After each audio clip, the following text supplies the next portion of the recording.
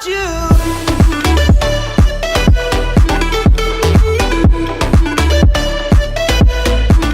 To those listening, we welcome you to the New Brew podcast. Let's dive right in. Now I found you. G'day everybody, welcome back to another episode of the New Brew podcast.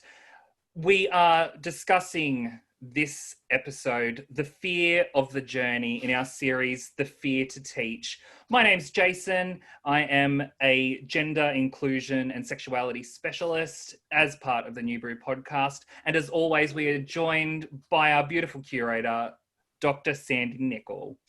Thank you. Welcome, everyone. So here we are, Fear to Teach, episode 2. Before I start today, I'd like to say where I preside is I'm in the Dacky Young country, and we would like to acknowledge Aboriginal and Torres Strait Islander people. As the traditional owners of Australia, we acknowledge their continuing connection to land and water and pay our respects to elders, past, present and emerging. To start off today, we're having a few themes going on with each podcast. We're going to have a quote for the day, or the quote for the podcast, and this is the one I've chosen for today. So John Dewey, he informed ideas behind my PhD, and is often called an education reformer, a man centuries ahead, actually, or hundreds of years ahead. He said this: failure is instructive. The person who really thinks learns quite as much from failures and successes. So when you think about it, this podcast, what we're focusing on is prac for primary or elementary pre-service teachers, and that notion of fear of failure, because fear of failure does impact on us, on our prac, and it changes whether we succeed or fail on prac. And that's what we really need to unpack during the podcast to help you be successful, so you can go out and teach and do what you want to do, make the difference that you want to make. Thank you so much for that, Sandy. And that really ties in with this fear of the journey and fear of making those mistakes as part of our journey. So that's really, those words are just so meaningful for what we're doing today. We are really lucky to have our first special guest for the series. And we have the awesome Fletch with us. How are you going, Fletch? Good, thanks, Jace. How you going, mate? I am doing pretty well. Now, Fletch is in his third year, I believe. Yeah, third year. Third year doing your Bachelor of Education. I'm in my first year. So this is going to be a really good conversation about the journey from first year onwards. His passion lies within Indigenous students. Am I correct? Yeah. Yeah. And you are the son of 2 teachers. I am, yeah. Is that what brought your passion for teaching, or was it something else? More so the lifestyle, I guess. At the start, things get changed throughout the 4 years you study. But I've noticed that it's more being able to care for the kids and initiate learning more so than, everyone looks at it as 12 weeks holidays, I guess, now. And it's very different from that, I guess, Jason. That's something that I've definitely seen. So coming into the Bachelor of Education primary, or for those who may be listening overseas, elementary school, a lot of people have seen that as, teaching is, all these holidays, but it's so much, teaching goes so much deeper than that. And I've realized that through talking with Dr. Sandy, that teaching is the way of the future. So that's really good. So I've heard you'd like to teach locally once you've finished. What are your reasonings behind that? It would be, wouldn't everyone want to be able to teach? If they could just walk down, that would be fantastic. I hear all these stories, like I've worked in schools already as a teacher's aide, and I hear about these people having to travel almost 2 hours to the job. And I just can't see myself doing that. And the love's there to do it, but, you want to try and be as close as to where you live as possible, but also balance it with being able to teach in a place that you can see yourself teaching in. Yeah. Different schools, different people, different systems. So just being able to find that balance is really good. Yeah, and I suppose that really contrasts with my own journey because I don't want to teach locally. I wish to go rural and regional. So getting that dynamic and that balance in this podcast is really, really awesome. Yeah. So what is your drive and your passion for teaching? For my drive and passion. That's $1 million question, Jason. My drive and passion is to learn. So myself as the teacher, yes, but Sandy brought to my attention when she was teaching as well that she is open to learning, which as a teacher you need to, because you're learning everything all the time, especially on prac, and you need to be learning on the go like this, and being able to teach at the same time. That's what drives me, is learning as well as caring for the kids and doing all these things. That would really drive you and anyone in teaching as well. So that's my $1 million answer. I love it. So Jason, I have to tell you, I met Fletch in his first year, just like you, and very similar to you. So I said in our first podcast, Fletch, that I noticed Jason walked in with an aura about him that gained my attention. And Yes. It was an aura of excitement and just difference and embracing life. And so as I've got to know him better, I've realised that he actually does work in the areas where he actually does trans activist work and so on. You were the same. When you walked in, you had a different aura. Yeah. You had an aura. What you, Jason? You had an aura of. Cold. No, yeah. What aura was that, Sandy? I can't remember. I know. For you, it was a long time ago, but for me, I can still remember. You walked in nervous. Nervous? So, yeah. You were confident. So I like your beach feel. You've got that relaxed surface sort of feel about it, but you're an incredibly deep thinker. And that's why I would encourage people to never judge a book by its cover, because people assume things all the time about what you see. And seriously, I've marked a lot of your assignments, as you know. I got to work with you on a few subjects, and honestly, you are a deep and profound thinker. Yeah. I love that. And I love that growth that you've developed over the time, and you've found your passion in terms of you want to pursue Indigenous. I'm not surprised. Yeah. You may not recall, but one of your first questions was about Indigenous students to me in a tutorial. Yeah. Because you wanted to know the truth. You wanted to know what you could really do. And I think that's so inspiring. So good on you, 3 years down the track, to be almost ready to graduate. Almost. Yeah. Another year to go.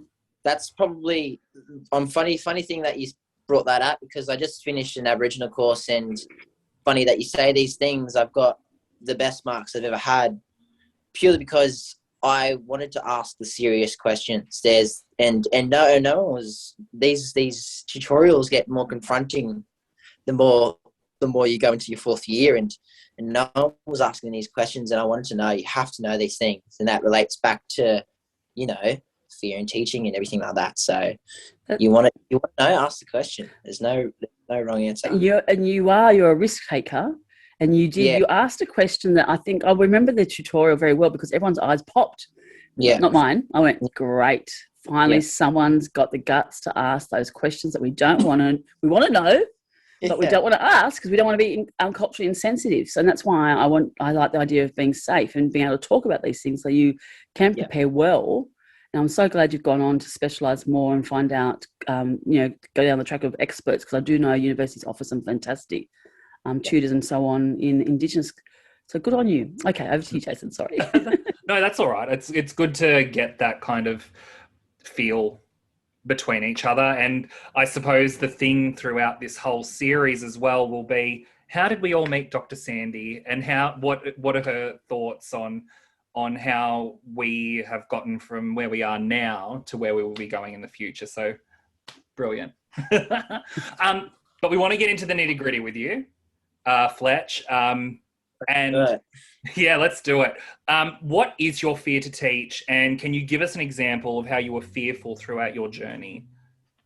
My fear to teach, so it could kind of relate back to what I was saying before, how not knowing, you gotta either ask the question or go through a certain experience to understand what the best outcome could be for, say, a student. Or so, especially on prac, for an example, you know, I was teaching a lot, obviously. That's what you're supposed to do. But I was teaching these classes and, you know, and the concept of mental health, really, you do forget about it, especially when you're teaching a kindergarten class, because they're all just, you know, excited and wide-eyed, bushy-tailed and everything like that. So you go in and, you know, you forget about all these things.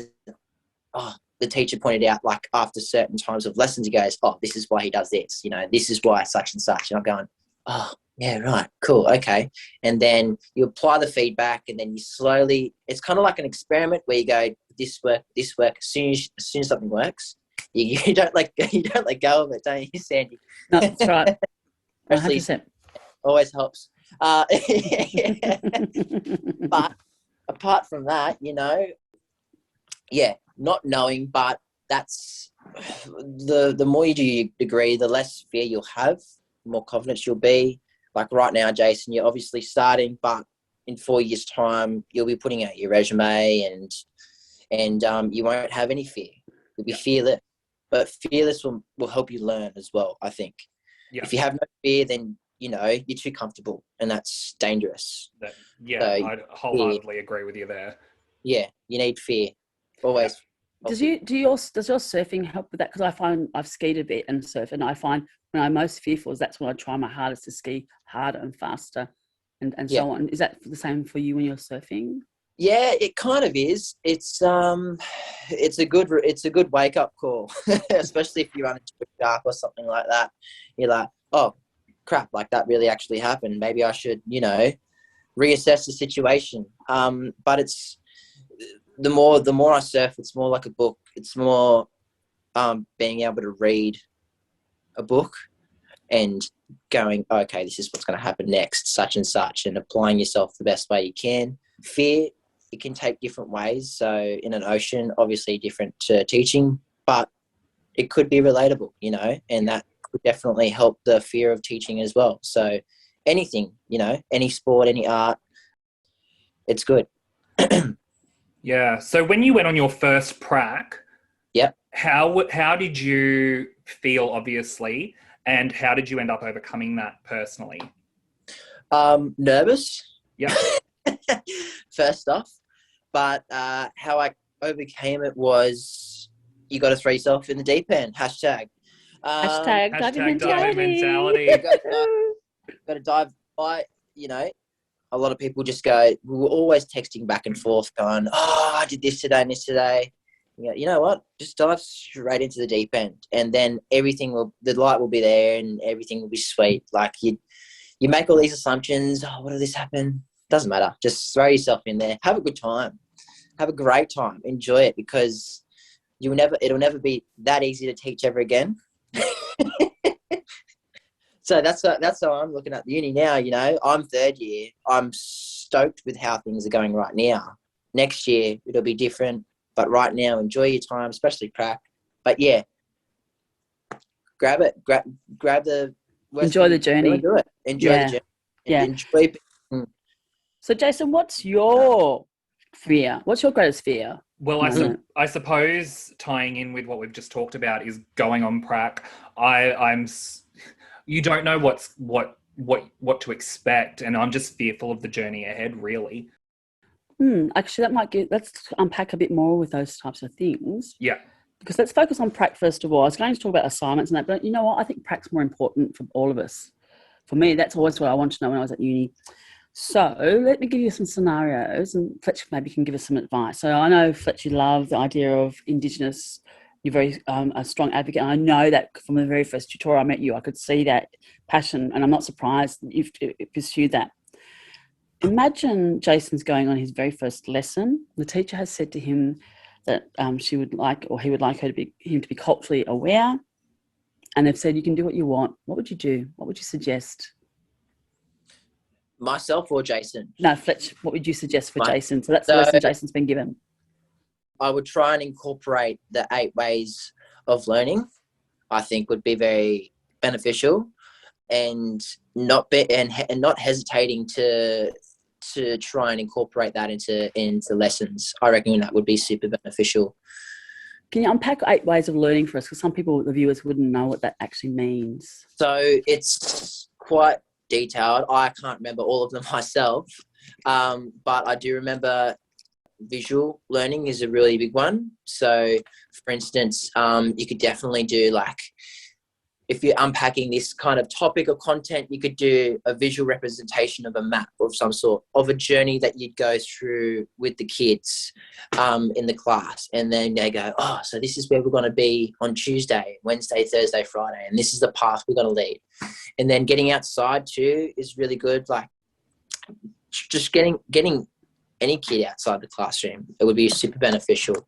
And then you've got, I think, non-linear, is that one? Yeah, that's all I want to say to you. Because the whole idea is, most of us with a Western way of thinking, we think in linear way of learning, but the Indigenous and the 8 ways are saying, no, our way is different.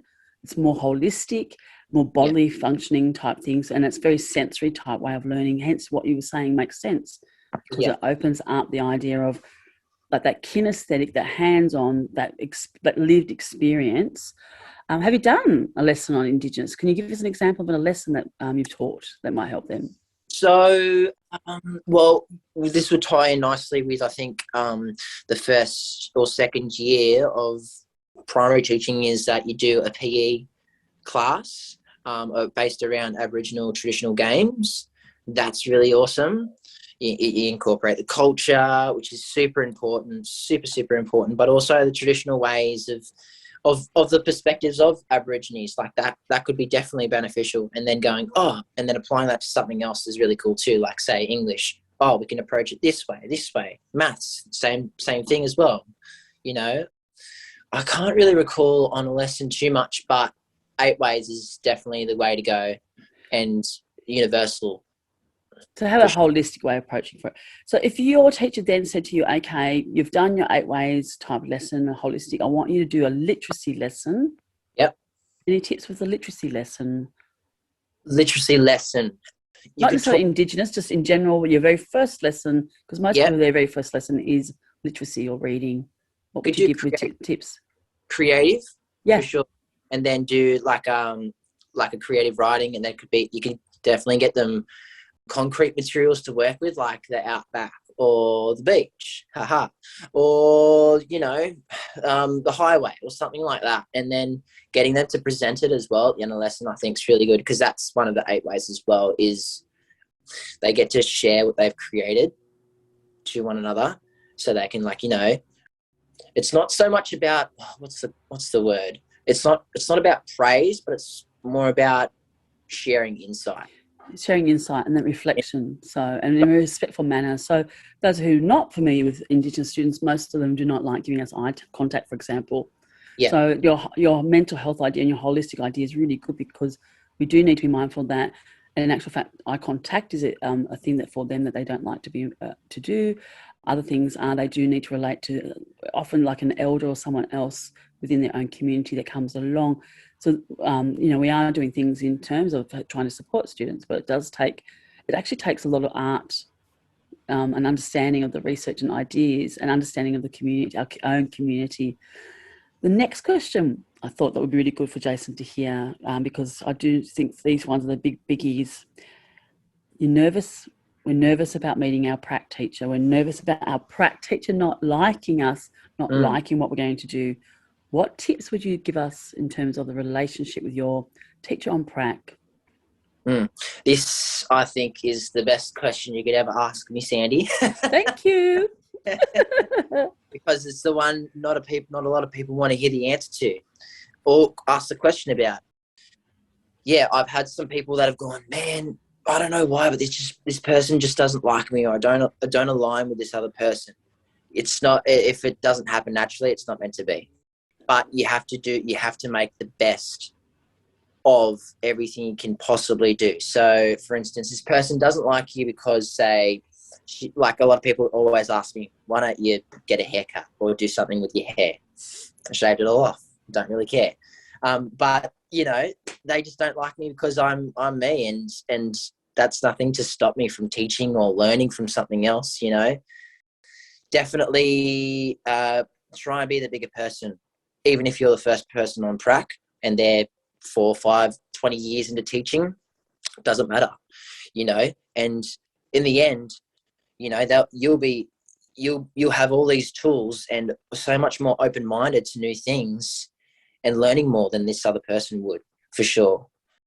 And like I said, a lot of people that I've met before didn't get along with the prac teachers, and they've dropped out and they've gone, you know what, I can't do this. It's not like that. It's more so being able to bounce back and go the right direction instead of get dragged down with these people that have this narrow perception of teaching. What are your thoughts, Jason? Is that helping you? Yeah, 100%. I am a firm believer in not letting anyone get to you, and I wholeheartedly agree with you there, Fletch, that you don't want that that kind of barrier to be in your way, because you won't get anywhere with it. No, and it'll show in your teaching too. Like you don't think about it, will, but it'll affect your life. It'll affect the way you communicate, the way you teach, what you're teaching, the way you present yourself. Yeah, your pedagogy, you know, all these things, and you won't notice it, but like it'll slowly affect you and deteriorate your personality. You just got to put that shield up and go. Spot on. I'm not sure if I told you this, Fletch, but when I did my prac, I had the same experience. Yeah. And every time I prac, I didn't like it. And I kept thinking, is it the job I don't like? Is it the career I don't like? Or is it actually the situation I'm in? Yeah. And then I realised it was actually the situation I was in. So, and in my PhD, because my PhD was actually this, I talked to pre-service teachers like we're doing now over at Brew, and they told me their struggles, particularly with engagement. And every single one of them commented on the relationship with their teacher. Yeah. And you're right, a lot of unis are not game to talk about it. I'm not sure why. It's a red herring. It exists, it's true. And we should be helping you have strategies to cope with. And I think your strategies are awesome. Yeah. And I also would suggest other things, which we'll talk about in a minute. But in essence, it's called autocratic way of leadership. Right? So it's an old-fashioned way of leadership.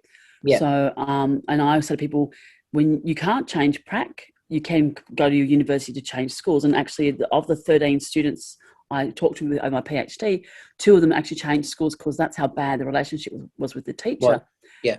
And they loved it. And once they changed schools and had a new teacher, they were fine.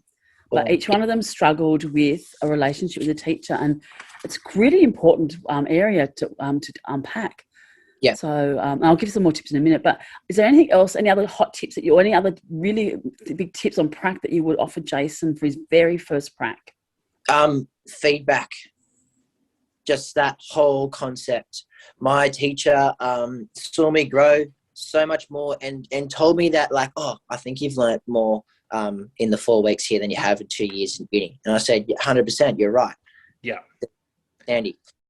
But and it feels really good too, because then the teacher in the classroom, even if it's a small thing, you apply the feedback and you feel so much more better about yourself, about your teaching, about the kids' education, because you're giving them the best opportunities they need to learn a certain concept that will be fundamental for life. They don't know what they're going to do in 20 years, 40 years. Yeah. They will still need that skill that you've taught when they were in your classroom in kindergarten. Yeah. And they're always like that. But feedback is essential. I think that's the beauty of doing practical work, because theory can only get you so far. Unless you're out there doing the work yourself, you're never going to learn what you need to be, what you need to do, really. Yeah. But that brings us to another question for Dr. Sandy. What are your pearls of wisdom? We've heard about your pearls of wisdom before.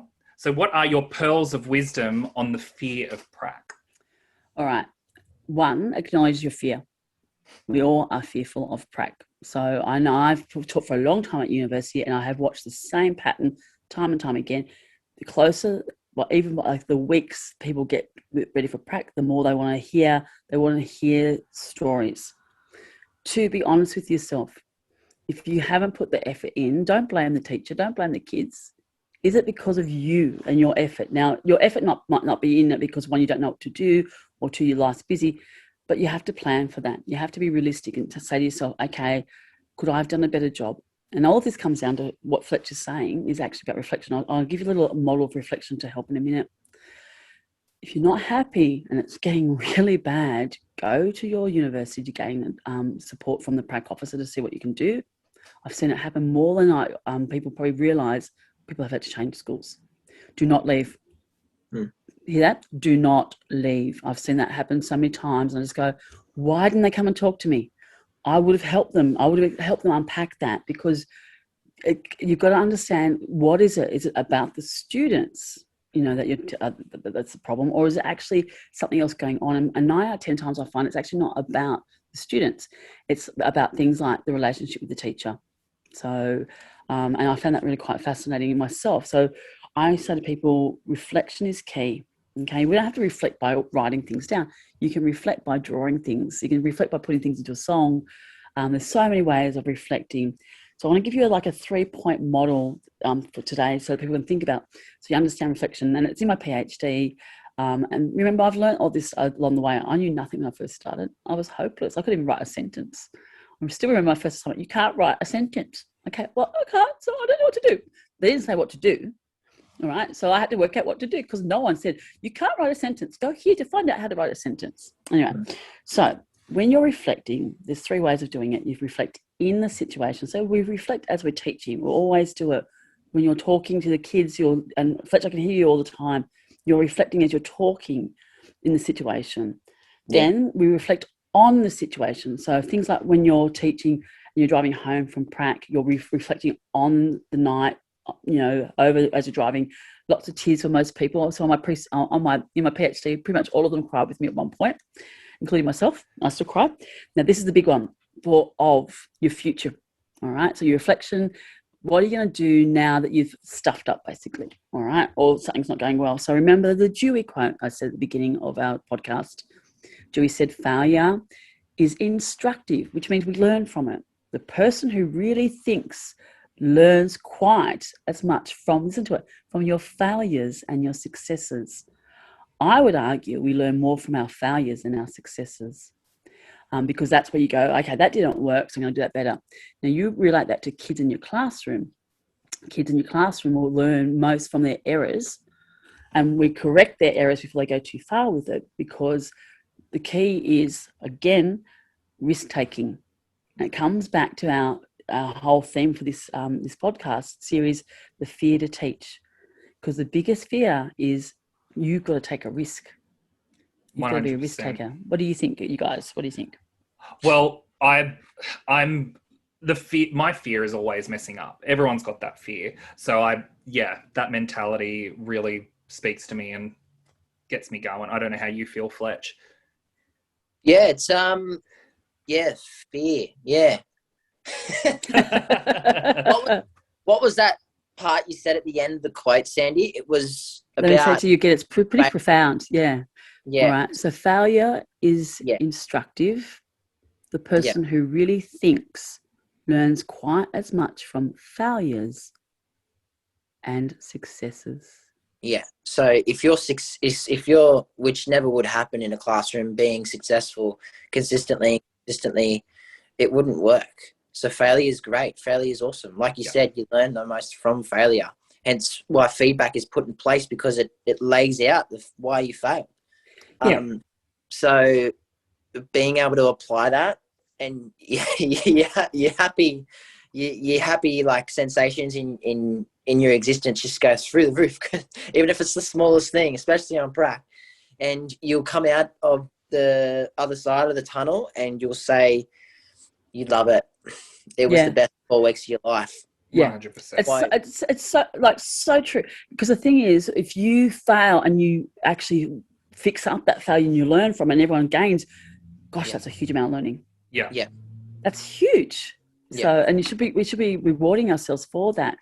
So, and then you're able to say, like, in the next 2 years or so, you're able to write essays, lesson plans, what are they called? Weekly planners and stuff like that. Yeah. So you're planning. Yeah. Mental picture go, the classroom, right, the kids, such and such. Like, you're able to draw upon that experience. That's why I believe prac should be a lot more closer to, or actually spread out throughout the 4 years. 4 years is a long time, you know. It is. Like, if I was in charge of education globally, we would be going on prac 1 day a week from day one, pretty much. yeah, you're in So, that environment, so yeah. that's what, it would reduce that fear a lot if, say, Yeah. it was a lot closer. And that's Yeah, I mean, my vision would be the first bit, you're not going in to teach, you're actually going in like a SO or support person. Yeah. Getting the feel of it. Because then you can reflect on in tutorials what I tell you in tutorials. You go, Yeah. oh, yeah, I saw that, I saw this. There's lots of ways around it. So are we wrapping up, Jason? We're starting to wrap up, yeah, but we've got to ask you a question, $1 million question, Fletch. If you had $1 million for pre-service teachers, what would you spend it on? Ooh. $1 million pre-service teachers. I would spend it on just ways in which I could get the kids, not the kids, but the pre-service teachers in the classrooms a lot more than, say, a program and writing an essay about such and such. No to the essays. No to the essays. Well, it's not no. They're not helpful, are they? Really They're not good. helpful. You need them to do certain activities that are required in your profession, but I think more so giving and also using the money to help them find opportunities in the education system, whichever bit fits them best. Like, say, a lot of people doing teaching right now, I can't see teaching. They should be SLSOs, so doesn't mean they can't not be still in the classroom. But that's my $1 million answer, I guess. I don't know if That's a great answer. I love it. And that ties back in with Sandy saying, realistically, we should be in a classroom once a week as SLSOs. Yeah. Hence why only. And let me freak you out. You get paid to be SLSOs, Oh my and you God. don't need another part-time job. Let me freak you out. I've worked out all this funding model, but no university has. Let me try and put in practice yet. Also, education system. But imagine if we employed you 1 day a week as SLSO, you would be okay financially. The schools would be winning. The economy, your local economy, would be winning because every kid in the schools, in everywhere, in all of Australia, wherever you are, will be getting support. Yeah.